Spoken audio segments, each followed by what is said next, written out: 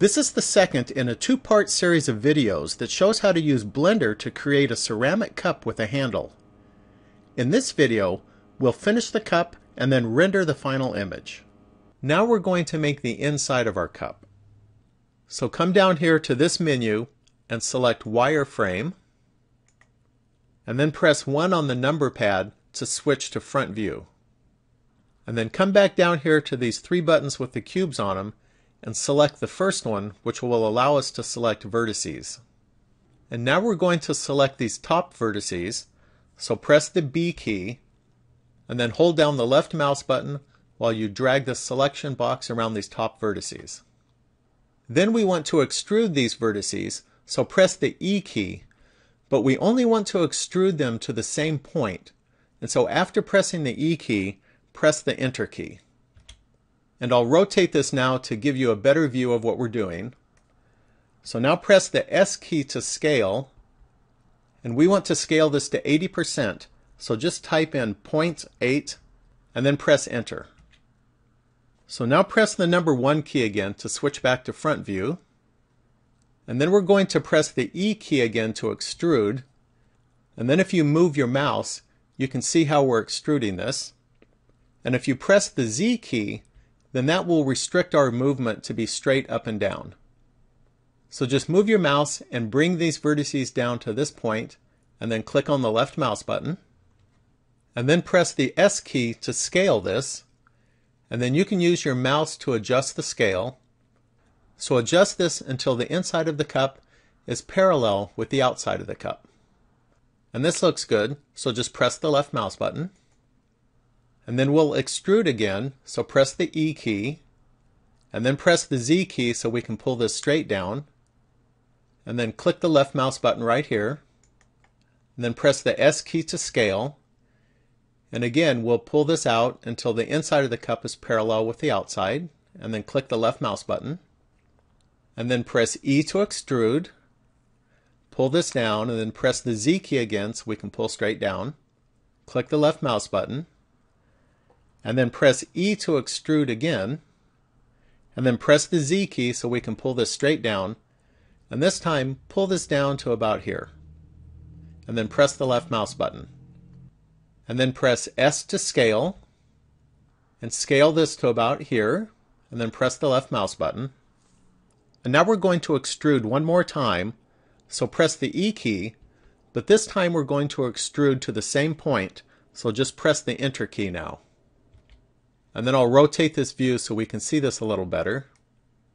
And now we want to merge all of these new points that we've just extruded into a single point.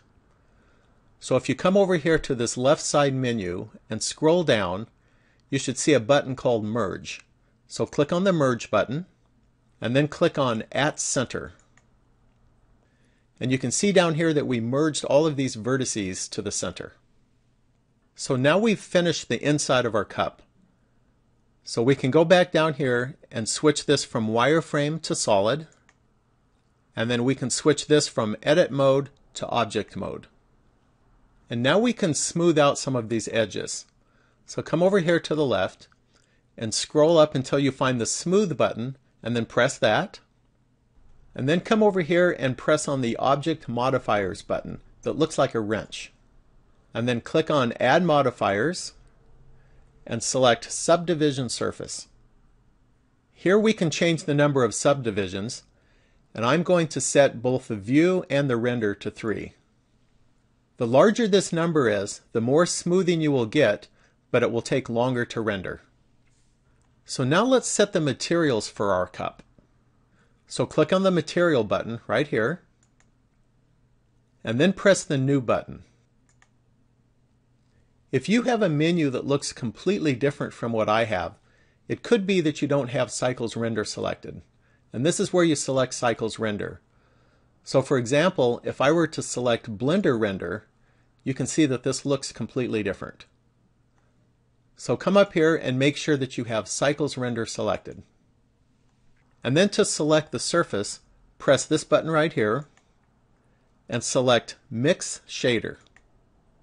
This allows us to combine 2 different shaders. So click on this button to set the first shader, and select Diffuse. And then click on this to set the color and set this to a light gray color. And then click right here to set the next shader, and for this one choose Glossy. And we'll leave the color as white, but we're going to change the roughness to 0. So just enter your number in and press enter. This value here controls the proportions of our two shaders. Values of 0.1 to 0.15 will work well for what we're trying to achieve. So I'm going to set this to 0.14. By combining these two shaders in this proportion, it will make our cup look like it's made out of a shiny ceramic material. Next, let's add a simple surface for this cup to sit on. So press 1 on the number keypad to switch to front view. And let's zoom out a little bit. And then click right below the cup to set an origin point. And then go up to the Add menu and select Mesh and Plane. And if I rotate the view, you can see the plane. And then we want to scale this plane to be 3 times its current size. So press the S key to scale, and then type 3, and then press the Enter key. And then press 1 on the number pad to bring us back to front view. And then you can grab this arrow right here and pull this up till it's about equal with the bottom of this cup. And then we'll set the material for this plane. So you should still have the material button pressed. So just click on New. And we can keep the default surface of Diffuse. And then let's change the color to a light blue color.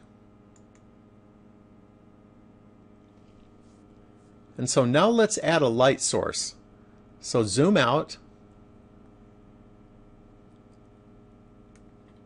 and come up here to where you see the camera and go just to the top right of it and then press your left mouse button, and that'll set a point of origin for us.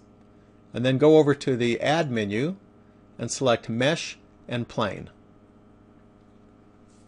And we want to rotate this plane, so press the R key, and then you can move your mouse to rotate this, or we can enter a value in directly. And I want to rotate this to 45 degrees, so I'm just going to type 45 and then press Enter.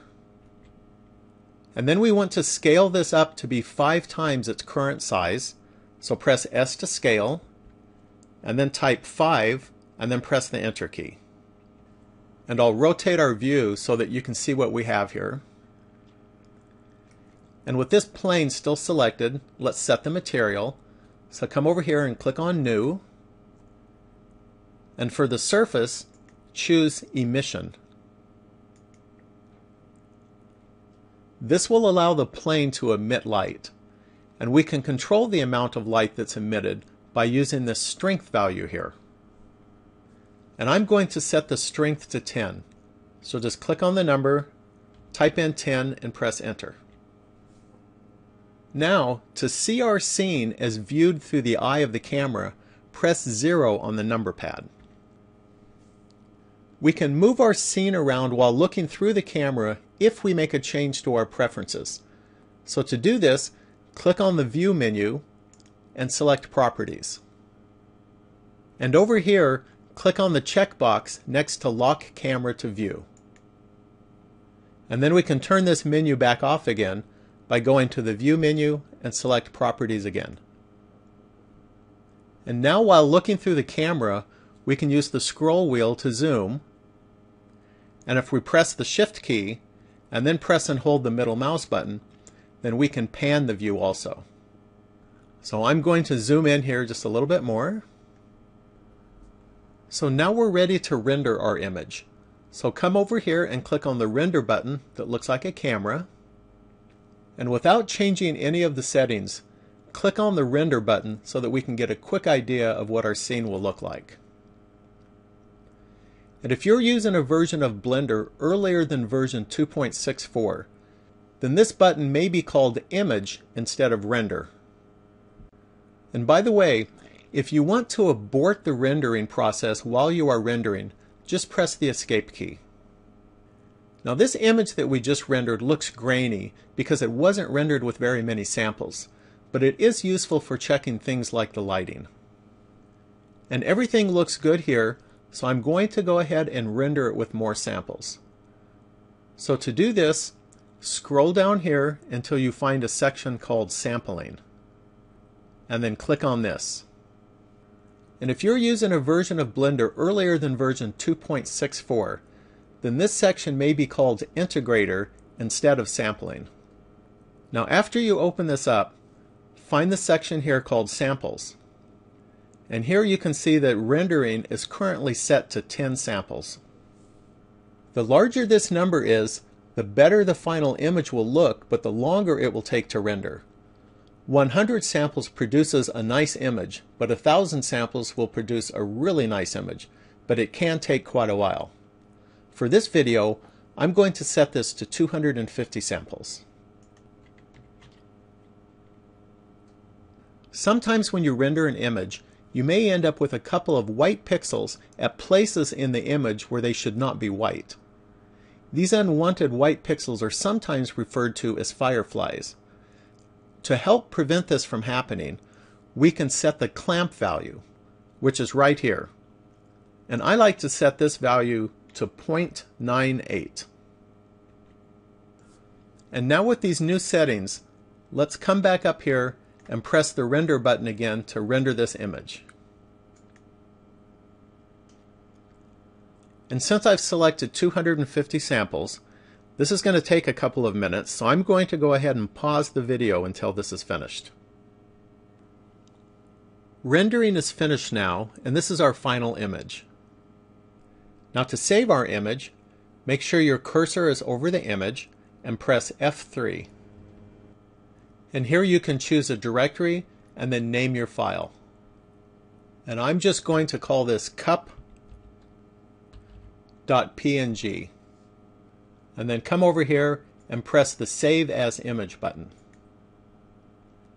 And that saved my image as a PNG file. If you wanted to save it as a JPEG or something else, then you can just come down here to the Output section, click on this button right here, and you'll get a selection of other file types that you can save as. And then once you select a new file type, just put your cursor back on top of the image and press F3 again, and then that will let you select a directory and a file name. Now after rendering our image here, we can go back to our previous view by pressing the Escape key. And then if you want to go back to your rendered view, you can press F11. And as a final step, we should save our project.